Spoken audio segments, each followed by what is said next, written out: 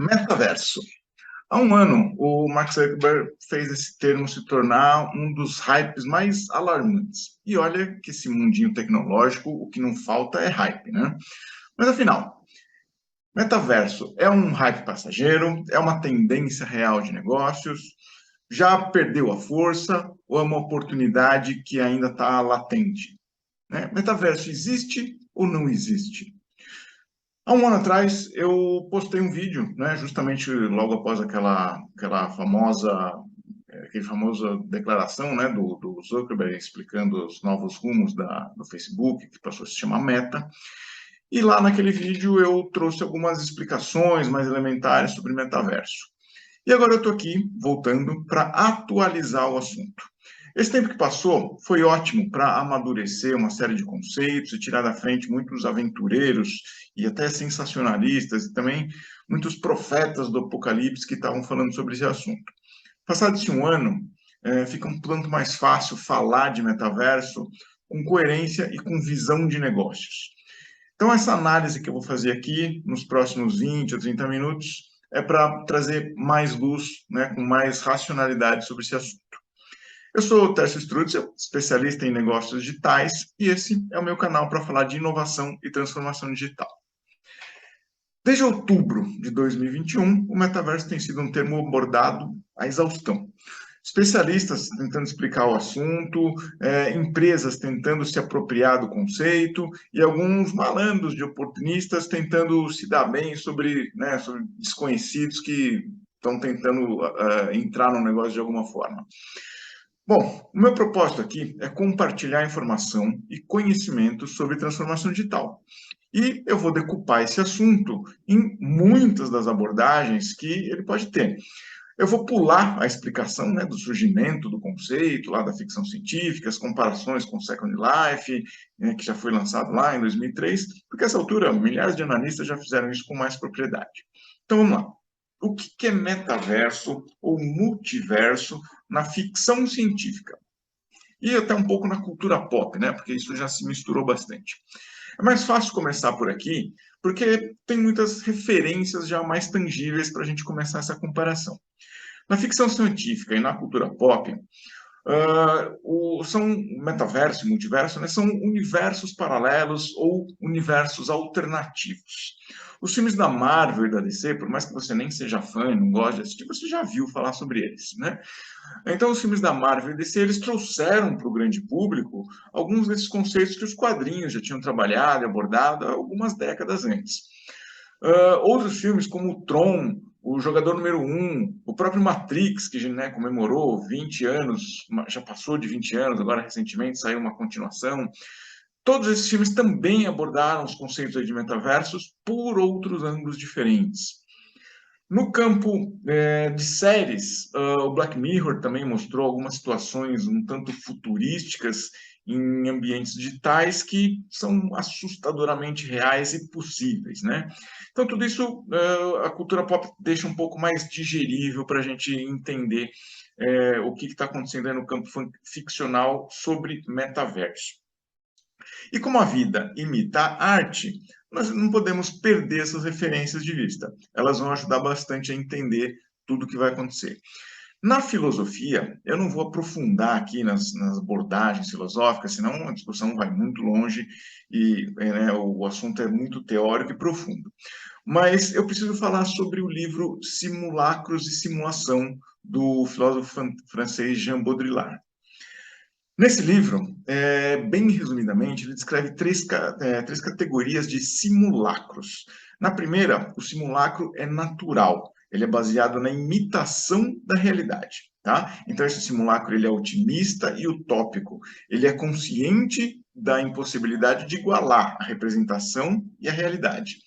Na segunda categoria de simulacros, esse simulacro ele é produtivo, ele é mecânico e é materializado pela máquina.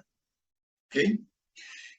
Na terceira categoria, o simulacro é cibernético e computadorizado, e aí ele se baseia na informação e no controle total. Você percebe que a gente está em algum momento aí entre a segunda e a terceira categorias, né? Por que eu trouxe isso? desse conceito de simulação e simulacro? Porque simulação é a palavra-chave nesse contexto todo. Então, bem-vindo à realidade virtual. Realidade virtual é um conjunto de tecnologias para criar ambientes virtuais que simulam experiências sensoriais usando imagens 3D, sons e sensores que captam os movimentos, né? Com isso, a pessoa tem a percepção de estar fisicamente presente num mundo não físico. Existem duas categorias categorias macro de realidades virtuais. As realidades virtuais imersivas e as não imersivas. Na primeira delas, né, que são as realidades não imersivas, o usuário ele vai apenas interagir com alguma tela que tem camadas virtuais com algum tipo de conteúdo que pode, né, algum conteúdo que pode interagir sobre os cenários reais captado por essa tela, seja por câmera ou direto na tela. Tá? Já na realidade imersiva, o usuário vai ter que usar equipamentos, dispositivos, né, os conhecidos aí wearables, para potencializar essa simulação. Mais fácil explicar tudo isso dando exemplos. Realidade aumentada. Como eu falei, ela é da categoria não imersiva.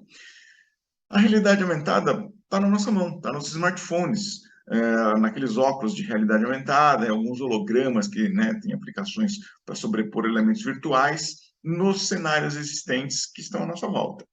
Então, por exemplo, alguns exemplos bons de RA são, por exemplo, aquele game, né, um famoso game do Pokémon Go, que foi um super sucesso lá por volta de 2016, onde você apontava o celular, né, para os locais na rua, em qualquer ambiente, e através da realidade aumentada você conseguia encontrar lá os personagens para capturar. Também tem aplicativos de banco, que você sai com o aplicativo na rua, vai mirando a câmera do celular pela rua e a aplicação de realidade aumentada mostra onde tem agências, caixa eletrônicos, enfim, tudo sobre o banco que você está procurando, né? Que você tem um aplicativo. Esses dois, por acaso, funcionam sobre o Google Maps. Então, ele cria uma layer de informação sobre o Google Maps. Essa é a realidade aumentada. Ela funciona na tela do smartphone, portanto, ela não imersiva. Já as realidades imersivas, elas são um tanto mais complexas. Elas exigem a criação de um sistema complexo que ele vai utilizar, né, como eu falei, os dispositivos, ela vai precisar ter um ambiente virtual e o programa que lê os movimentos e ações do usuário e transformar isso em interação com os cenários e com os objetos de cena daquele jogo, daquele ambiente que seja. Então, aqui, o usuário precisa, como eu falei, dos dispositivos e dos equipamentos, como luvas, óculos, capacete, as manoplas, enfim, tudo para interagir naquele ambiente de imersão. Então, percebe que a gente está chegando muito mais próximo daqueles livros e filmes que eu falei, né? Se você já participou de algum desses jogos ou são experiências de entretenimento que tem esses equipamentos todos, você já deve ter uma noção, se você já viu alguém participar disso. Se não participou, eu aconselho, é muito divertido. A sensação realmente é de que você está dentro daquele cenário. No começo você se sente meio bobo ali, vou brincar com isso, mas um minuto depois você já está lá dentro daquele cenário brigando com monstrinhos e enfim, é muito interessante, vale a pena divertir, porque essa experiência imersiva é uma coisa que a gente não é bem nova para a gente. Mas vamos em frente. Então a gente chegou aqui, está chegando perto do conceito de metaverso. Sem entrar em muitas tecnicidades, vamos simplificar o conceito de metaverso como um conjunto de ambientes digitais interativos com simulações virtuais e experiência de imersão em tempo real. Tá? Vou repetir. Ambientes digitais interativos com simulações virtuais e experiências de imersão em tempo real. Não é muito diferente do que eu falei dos games, das experiências de entretenimento que eu citei ali nos exemplos. Né? Então, o metaverso é uma combinação do mundo real com o mundo digital. É o phygital, né, que está se falando bastante agora. Então, portanto, o mundo virtual é um complemento ao mundo real, não é um substituto. Tem gente que está falando aí, olha, nós vamos viver no metaverso. Não, a gente vive aqui, a gente é físico. O metaverso, os ambientes digitais que compõem o metaverso, vão auxiliar a gente para uma série de coisas, tá? Uma coisa não substitui a outra. Então, esse ponto é muito importante, porque, como eu falei, estão circulando muitas bobagens aí sobre isso. Outra coisa, esses ambientes, eles são um complemento à internet atual, à internet que a gente está acostumada. Eles não vão eliminar a internet que a gente está acostumado. E já existem diversos ambientes em mundos virtuais, em games, em aplicações de entretenimento, em programas de treinamento, locais de reunião. Já existe, já está acontecendo, tem gente usando. Todos esses ambientes e todos esses mundos virtuais, eles fazem parte de um metaverso. Cada ambiente desse não é um metaverso, percebe? O metaverso é o conjunto desses ambientes, independente de eles serem conectados ou não. A maioria hoje não está conectada, e esse é um dilema que a gente vai ver mais para frente. Então, o metaverso seria o conjunto, tá? De todos os possíveis ambientes virtuais, nos diversos níveis de profundidade, de imersão e de ambiente, né, que esses ambientes virtuais podem ter. Então, não existe um metaverso. Eu gosto de uma abordagem do professor Silvio Meira, que diz que o metaverso é um espaço-tempo digital. Com isso, a gente tem que o mundo físico expandido por camadas digitais, né? Aquele conceito de simulação que eu expliquei. E ele vai gerar fluxos de experiência mais ou menos intensivos, com presença, identidade e continuidade.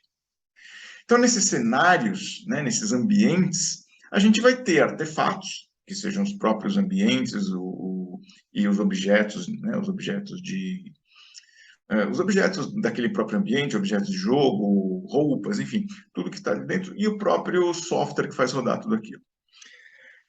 A realidade mista desses metaversos, ela propõe um contínuo, onde o concreto se confunde com o abstrato. Né? A realidade se confunde e se mistura com o virtual. Por isso é o digital e o físico, né? Por isso que é o digital. Então, esse ambiente ele tem as dimensões físicas, digital e social, né? Porque tem pessoas lá dentro. E ele é persistente, porque ele evolui, mesmo que não esteja todo mundo lá usando, todo mundo interagindo. Ele acaba tendo uma vida própria, ele vai evoluindo com o conjunto de interações. Né? Enfim, isso são algumas conceituações teóricas que eu estou trazendo aqui, né, como exemplo do professor Silvio Meira, que ajudam a gente a entender um pouco mais do que pode vir a ser ainda o metaverso. A gente está no estágio muito inicial de estudo. Mas isso ainda, né, como a gente está nesse estágio inicial, ainda é mais conceitual do que prático. A gente está discutindo muito menos o que o metaverso é e a gente deveria mais discutir o que ele pode vir a ser. As bases para isso são justamente as referências filosóficas e ficcionais que eu já citei, a partir das tecnologias transformadoras que nós temos atualmente. Essa matriz de referências, ela começa a trazer para a gente alguma visão prática sobre o metaverso, sendo, né, esse ambiente aberto, descentralizado, distribuível e interoperável. São características bem importantes que eu vou explicar daqui a pouco. Eu vou fazer um parênteses aqui para mencionar um fato curioso que eu me deparava lá no início da internet, lá em 96, 97, quando eu comecei a desenvolver os primeiros sites, e ninguém tinha uma noção do que era internet naquela época. Vai ver que a gente está num momento parecido, né? Hoje ninguém está entendendo o que é metaverso, em 96, 97 ninguém entendia o que era internet. E as primeiras empresas que começaram a fazer sites não sabiam o que fazer ali. Eu até brinco que os primeiros sites pareciam um folder escaneado, né? Não era nem o sisteminha simples do Quem Somos que fazemos Fale Conosco, não chegava nem a isso ainda. Mas, de certa forma, as pessoas que me pediam um site, né? Vamos lá fazer aquela reunião de briefing para o que você vai ter no seu site, e aquelas primeiras reuniões que eu tinha lá para discutir um site, lá em 96, 97, as pessoas me pediam ambientes para andar dentro. Sabe, olha, eu quero que a pessoa, quando entrar no meu site, ela vai andando assim, ela vira aqui, ela tem um corredor que faz não sei o quê, e aí vai para um outro. A concepção que as pessoas tinham de site lá no começo da internet é mais ou menos o que a gente está falando agora de ambientes virtuais, ambientes digitais. Eu achei isso bem interessante, né? Eu não tinha visto ninguém falar sobre isso agora, e é uma experiência que eu tenho e que ela se alinha também com aquela categoria da segunda categoria de simulacro, lá do Jean Baudrillard, e, enfim, isso é algum elemento inconsciente coletivo na cabeça das pessoas que dizia que lá atrás a internet era isso. E, de repente, o metaverso é isso. Pelo menos nesse começo de metaverso que a gente está entendendo ele está muito próximo disso. Tá? Mas vamos voltar aqui para o negócio mais técnico. E o que a gente tem na prática sobre metaverso? Nesse sentido, a gente pode chamar o metaverso, né, como eu falei, que ele é um, um conjunto dos ambientes digitais, a gente também pode dizer que ele é uma comunidade virtual unificada, onde as pessoas vão poder jogar, se divertir, socializar, transitar, comprar, estudar, trabalhar, enfim. O metaverso ele pode ser frequentado por todos os tipos de pessoas, empresas, todos os tipos de entidades. Naturalmente, cada um desses atores vai precisar de uma persona digital, um avatar, né? E aqui, preferencialmente, sob um ID único, né? Uma identidade única que seja interoperável, que ela possa transitar entre os diversos ambientes digitais. E ainda fazer isso com segurança e mantendo a privacidade. Esse é um dos maiores desafios hoje.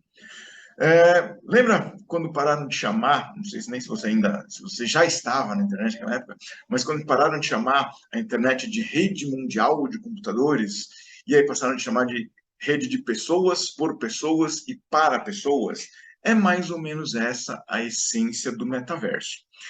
Até porque o metaverso também está muito alinhado com o conceito de Web3, da descentralização e de mais poder ao usuário.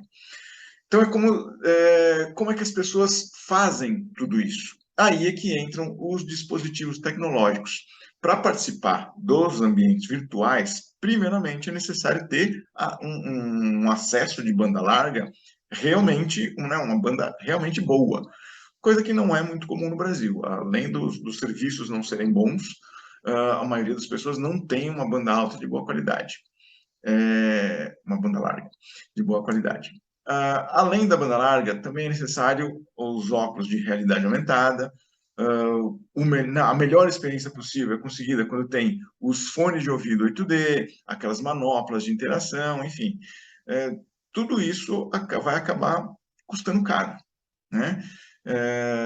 Então, talvez o metaverso nesse início seja uma brincadeira um pouco elitizada. Mas, como eu disse antes, o metaverso é formado por diversos ambientes digitais. E muitos desses ambientes, eles já existem em maior ou menor grau de complexidade tecnológica. Então, já existem, de fato, algumas aplicações práticas de plataformas, de ambientes virtuais, realmente imersivos. O exemplo mais óbvio são os games, né? São os exemplos mais elaborados até o momento de ambientes virtuais, de ambientes puramente digitais. Então, o Fortnite, Minecraft, a Roblox, o Decentraland, o Axie Infinity, o The Sandbox, todos eles são os mais populares até agora e são ótimos exemplos. Fora isso também, um outro tipo de ambiente virtual, um pouco mais multidisciplinar, tem as plataformas da Microsoft Mesh e tem a plataforma da NVIDIA, né, o Omniverse, que eles também estão despontando rapidamente. Tem também o produto Horizon Workrooms, né, o Horizon Workrooms da Meta, que foi o que gerou tudo isso, né? Quando o Zuckerberg fez aquele anúncio de que o Facebook passaria a ser a Meta, e ali ele já anunciou que a Meta teria esse produto, né? O Horizon Workrooms, que é a proposta do Facebook, da Meta, de ambientes virtuais para reuniões, né? Reuniões, encontros, enfim. Também já existe. Esse foi o primeiro produto. Tem um outro produto que é o Horizon Worlds, vou falar daqui a pouquinho. Mas o Workrooms, para reuniões, ele já está funcionando, está cheio de gente aí fazendo reunião lá no Horizon. E foi o primeiro produto lançado pela Meta. O que ainda está por vir são plataformas e ambientes virtuais para estudos, para pesquisas, para treinamentos, para práticas de tantas empresas quanto universidades. Imagina, por exemplo, uma aula de medicina num desses ambientes virtuais, onde é possível, por exemplo, explodir as diversas partes do corpo humano e os alunos podem interagir com aquelas, né, as partes do corpo humano virtuais. Eles pareceriam objetos 3D, né, projetados, mas, porém, manipuláveis. Então, um treinamento de funcionários de uma indústria complexa, que ainda exige trabalhos manuais, e fazer o treinamento desses colaboradores a partir desses ambientes. As aplicações são infinitas. Muitas delas vão promover, realmente, disrupções muito severas no mundo que a gente conhece. Bom, vamos falar mais um pouquinho aqui ainda de ambientes virtuais que já existem. Eu citei alguns, né, de games, mas o conceito de metaverso ele também está sendo explorado em outros ambientes. Os games, me parecem até agora que são os que já estão mais adiantados, mas inevitavelmente o Zuckerberg gerou uma corrida ao ouro quando ele fez aquele anúncio há um ano atrás. E muitas empresas já tinham algum projeto, alguma pesquisa e desenvolvimento em cima e aceleraram isso. Soluções mais conhecidas que já estão avançadas em relação a uma proposta conceitual de tecnologia. Vou falar de algumas aqui. Eu não tenho falado do Second Life, né, que foi lançado lá em 2003, ele foi o precursor de tudo isso, e ele ainda está ativo, ele tem alguns milhões de usuários ativos lá, e ele está acelerando o desenvolvimento, porque na época que ele foi lançado, ele não tinha hardware suficiente para ele rodar, e hoje ele tem. Então, vamos ver se ele consegue aproveitar o fato de ter sido pioneiro e pegar a onda agora, né? A gente tem uma plataforma que foi criada lá em 2012, já há algum tempo atrás, por um grupo de psicólogos, é a Virbela. A gente tem a Mozilla Hubs, que é uma plataforma open source, ela foi lançada em 2018, justamente para estimular algumas indústrias a usar a realidade virtual para melhorar a produtividade de equipes. A gente tem o VRChat, foi criado em 2017. Ele começou como um game, se popularizou por oferecer um sistema de navegação com realidade virtual e tem uma experiência razoavelmente fácil de navegação. Tem o Decentraland, é uma rede que está crescendo bastante, é uma rede blockchain dentro do Ethereum. Ela foi criada em 2017 e ela é uma DAO, tá? Eu não vou falar disso agora, é uma organização autônoma descentralizada, eu vou falar isso num outro vídeo sobre o Web3. E a gente tem a Meta Horizons, que é o outro produto do Facebook, da Meta, que foi lançado um pouco depois daquele anúncio do Zuckerberg. E esse seria, sim, o ambiente o metaverso da Meta, do Facebook. Infelizmente, até o momento, o Meta Horizons mais tem sido motivo de chacota do que alguma coisa realmente prática e útil no sentido de ambientes virtuais. Então, nesse sentido, o Zuckerberg fez aquela aposta de se apropriar do termo metaverso, mas me parece que ele chamou um truco e não tinha carta na mão. O ambiente virtual dele, por enquanto, é o mais atrasadinho. Mas, enfim, essas plataformas todas elas já existem no momento que eu estou gravando este vídeo agora. Tá? Elas já existem, estão operacionais, você pode entrar lá, criar sua conta e usar esses ambientes. Provavelmente, daqui a um mês, outras tantas plataformas e ambientes vão surgir e vão incrementar essa lista. Criar plataformas e ambientes virtuais para compor o metaverso não é algo simples. Ao mesmo tempo em que trazem benefícios, elas também podem provocar disrupções em uma série de mercados, uma série de setores da sociedade, e elas também estão sujeitos a desafios complexos. Vamos falar de alguns desses desafios que as plataformas têm pela frente. Disrupções, o que esperar? Como que o mundo vai ser nos próximos 5 anos? A gente vai ter realmente profundas mudanças na sociedade, no mundo que a gente conhece. Isso é inevitável. Tá? A pandemia, e aqui é uma outra citação do professor Silvio Meira, ele diz que a pandemia foi um catalisador de futuro. A gente está vivendo essa era exponencial, é um período de transformação digital, e a pandemia acabou acelerando muito disso, né? As transformações, elas estão acontecendo já faz algum tempo, mas agora que a gente já tem o 5G, e eu estou gravando no momento em que o Brasil acabou de instalar 5G em todas as capitais brasileiras. O cronograma da Anatel, se não me engano, é até começo do ano que vem finalizar o 5G no país inteiro, ou pelo menos nas cidades maiores, né, principais. E o 5G traz um potencial muito maior para a Web3, para redes blockchain e para metaverso. Porque o metaverso precisa de capacidade de computação. Só as bandas largas que a gente tem, né, tinha até agora, de 4G, já não iam mais ser suficientes. O 5G já chega com um pouco mais de fôlego. Então, onde essas transformações vão impactar? Internet e redes sociais. A gente vai ver uma nova concepção de internet surgir, que é o Web3. A gente vai ver nova concepção de redes sociais surgindo, que são as redes que estão rodando já na Web3. A gente já está vendo aí as criptomoedas, e elas vão modificar a forma como os países, né, emitem moeda, gerenciam a economia, as finanças. A gente já está vendo uma modificação muito intensa na área de investimentos, com toda a questão dos criptoativos. Não estou falando de criptomoedas, são criptoativos. Uma coisa faz parte da outra, mas não são a mesma coisa. A gente já está vendo mudanças significativas no formato de trabalho, né? Toda a questão de workplace. A gente já está vendo mudanças significativas em educação. Finalmente, a área de educação vai sofrer uma disrupção necessária e que já está atrasada há muito tempo. A gente está vendo uma mudança na área de negócios muito intensa. Com todos esses mundos virtuais, a gente vai ter mais mercados, a gente vai ter mais oportunidades e com isso a gente vai ter mais negócios. A indústria de entretenimento, que já está extremamente acelerada, vai crescer mais ainda e ela é que está puxando esse bonde. A indústria de esporte, de turismo, a indústria de cultura vai crescer muito em torno disso. A entrega de serviços por empresas vai modificar completamente.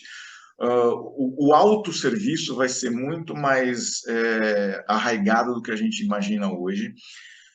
Enfim, a gente tem uma interação intensa em diversas atividades cotidianas, como compras, estudos, trabalho, entretenimento, as próprias relações sociais, que mudaram já com as redes sociais, vão mudar ainda com tudo isso que a gente está falando aqui de metaverso. Essas são algumas visões, ok?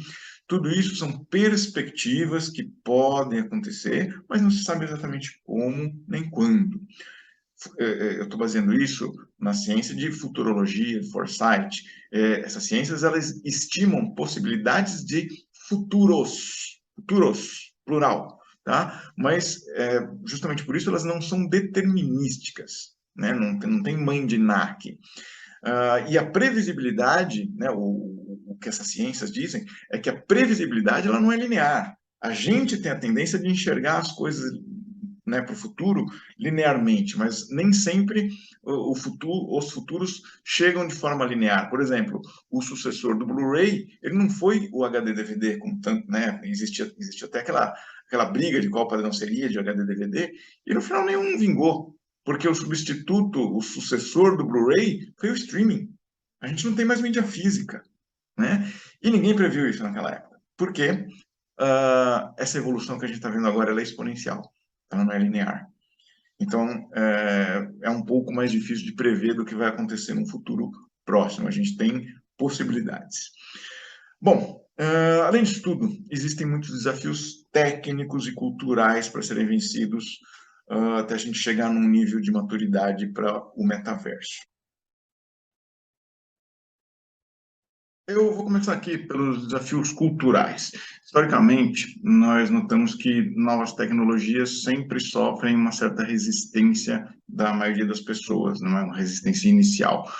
porque essas tecnologias acabam rompendo o status quo e, né, aquela zona de conforto e ativam nas pessoas aquela 5 fases da perda, do luto, né? E, normalmente, essa primeira fase é a negação.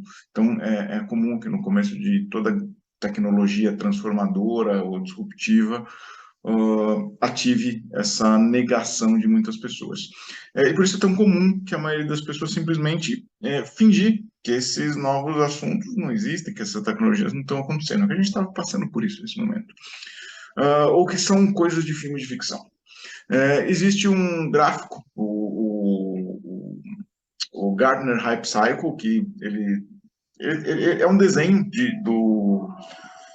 das etapas de adoção das novas tecnologias, né? Então, é um gráfico que ele demora um tanto a crescer, até que ele ganha uma massa crítica, depois ele cai um pouco e entra num platô de estabilidade. Todas as novas tecnologias passam por isso. E, a despeito desse comportamento, enfim, independente disso, uma hora todo mundo acaba, né, acaba utilizando a tecnologia. Os primeiros são os early adopters, né, que são aqueles que entram primeiros nas novas tecnologias, e eles acabam sendo os disseminadores disso. No caso aqui, eles são as pessoas que já estão usando o metaverso para as atividades cotidianas e divulgam isso, né, levam isso para mais pessoas. Um outro problema, eu vou trazer aqui dentro das questões culturais, mas tecnicamente ele é mais fisiológico, tá? Esses ambientes eles precisam lidar com as percepções sensoriais e percepções extrasensoriais. E o nosso cérebro não está acostumado com isso. O nosso cérebro não evolui na mesma velocidade que as tecnologias. Então, por exemplo, se você estiver fazendo uma daquelas experiências de imersão com aqueles óculos e a experiência é você estar num carro ou num foguete de hipervelocidade e aí você está passando aquele cenário hiperveloz, né, hiperveloz ali do seu lado, enfim, dentro do jogo, dentro da experiência, você está se deslocando super aceleradamente. Só que nesse tipo de experiência, nesse tipo de ambiente virtual, metade do cérebro está convencida de que realmente está se deslocando aceleradamente, enquanto que a outra metade sabe que o corpo está parado. Só que o cérebro não consegue manter essa contradição tão profunda por muito tempo. Por isso, já existe até um nome, surge a doença do simulador, que é um conjunto de sintomas que deixa o jogador, né, o participante dessa imersão, completamente enjoado. Isso é real. Esse problema não vai mudar tão cedo. Por quê? O cérebro ele só pode sentir uma realidade de cada vez. E a realidade real, ela está sempre centrada no seu intestino, independente do que o globo ocular está dizendo para o cérebro. Por isso que é tão comum que jogadores e, né, o pessoal que trabalha com desenvolvimento desses ambientes, eles realmente têm crises de enjoo durante essas simulações hiperrealistas.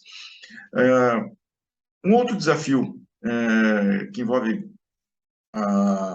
né, o amplo crescimento do metaverso são alguns desafios técnicos.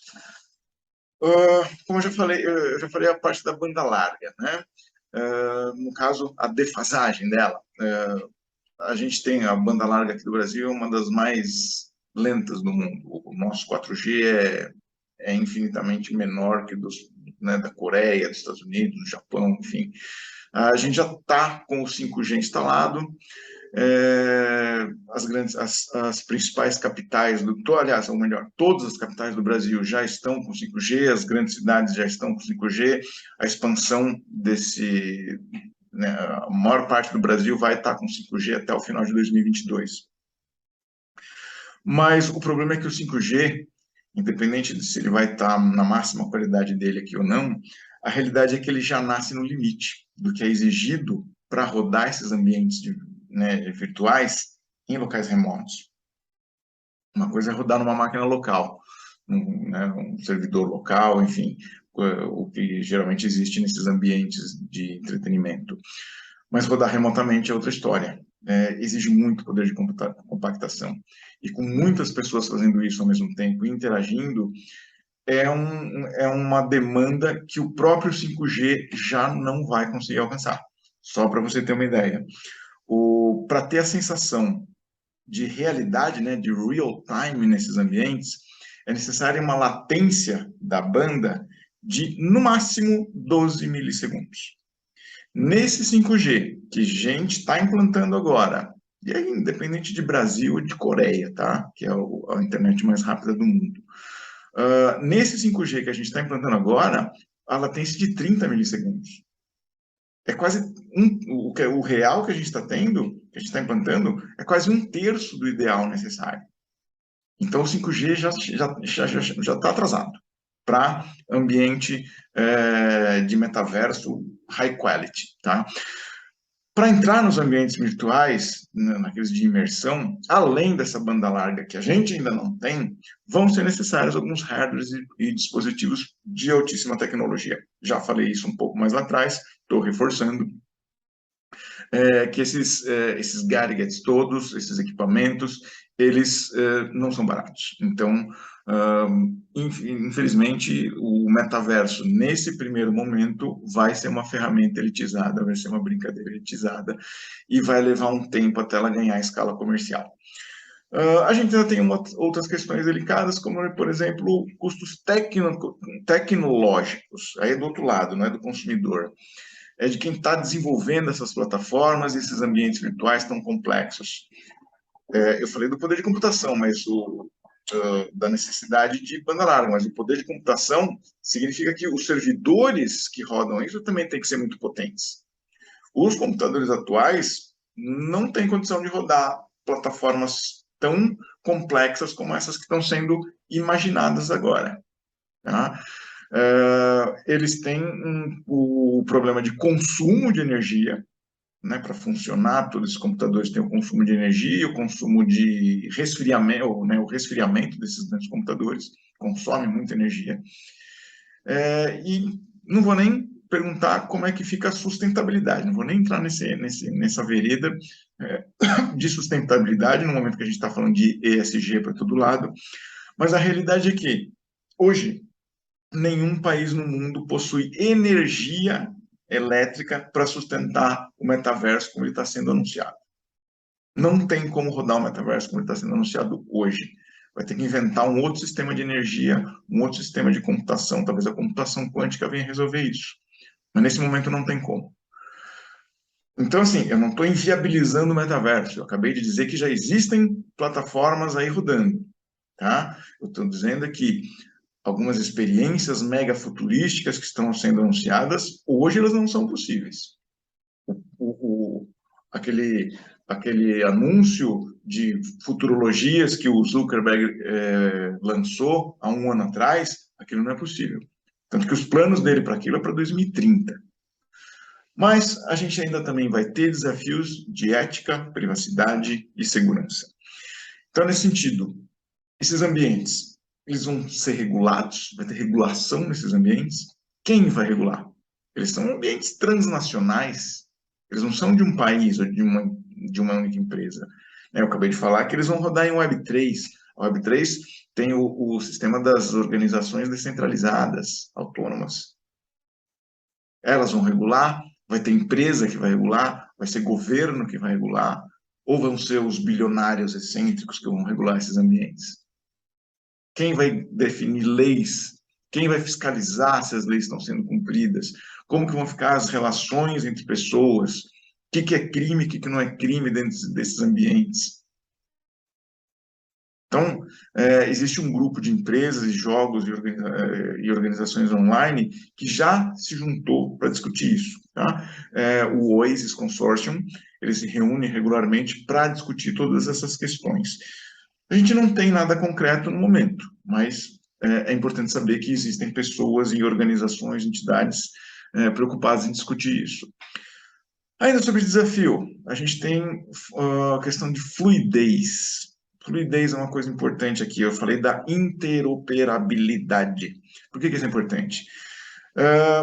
Vamos supor aqui que a gente já passou aqueles desafios técnicos que eu falei e, ok, temos lá nosso avatar e vamos desfrutar dos ambientes digitais de imersão do metaverso.